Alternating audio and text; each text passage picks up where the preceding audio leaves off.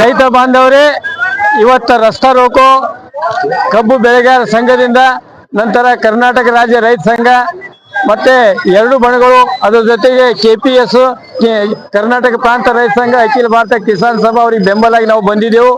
ಒಂದೇನು ಹೇಳ್ಬೇಕಾದ್ರೆ ಜಿಲ್ಲಾ ಆಡಳಿತ ಒಂದು ತಪ್ಪು ಮಾಡಿದೆ. ಆ ಫ್ಯಾಕ್ಟ್ರಿ ಮಾಲಕರು ಏನಿದ್ದಾರ, ಆ ಫ್ಯಾಕ್ಟ್ರಿ ಮಾಲಕರು ಎದುರ ರೈತ ಸಂಘದವರು ಸರ್ಕಾರ ಕೂತು ಮಾತುಕತೆ ಆಗಬೇಕು. ಅವ್ರಿಗೊಂದು ಸಪ್ರೇಟು ನಮಗೊಂದು ಸಪ್ರೇಟ್ ಅಂತ ಮಾಡಿ ಇದೇನು ಮಲ್ತಾಯಿ ಧೋರಣೆ ಮಾಡಿದ್ದಾರೆ.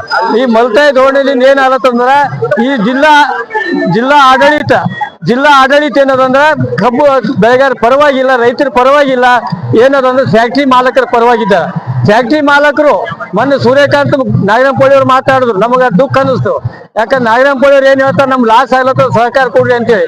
ಸಹಕಾರ ಅವರು ರೈತರಿಗೆ ಕೊಡ್ಬೇಕು, ವಿನಾ ಫ್ಯಾಕ್ಟ್ರಿ ಮಾಲಕರಿ ಏನು ಪ್ರಾಫಿಟ್ ಆಗತ್ತ ಅದ್ರ ಬಗ್ಗೆ ಹೇಳೋದಿಲ್ಲ.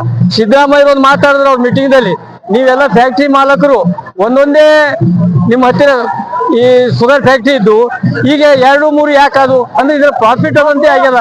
ನಾವು ಎರಡನೇದು ಏನ್ ಹೇಳ್ತೇವೆ ಅಂದ್ರೆ ಈ BSSK ಫ್ಯಾಕ್ಟ್ರಿ ಬಗ್ಗೆ ರೂಲಿಂಗ್ ಪಾರ್ಟಿಗಳು ಏನಾರ ಕಾಂಗ್ರೆಸ್ ಆಗಲಿ BJP ಆಗಲಿ ಇವರೆಲ್ಲ ರೂಲಿಂಗ್ ಪಾರ್ಟಿಗಳು, ಇವನ್ ಜನತಾ ಎಸ್ ಆಗಲಿ ಈ ಜನತಾ ಎಸ್ ಆಗಲಿ ಅವ್ರೆಲ್ಲರೂ ಏನಾಗ್ಯಾರ ಒಂದಾಗಿದ್ದಾರ.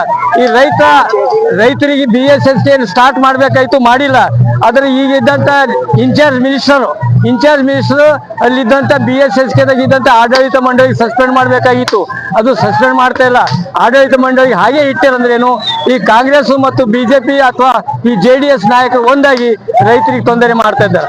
ನಾವು ಕೇಳ್ತಾ ಇದ್ದೇವೆ, ನಾವು ಏನ್ 3500 ಏನದ ಪ್ರತಿ ಟನ್ನಿಗೆ ಕೊಡ್ಬೇಕು.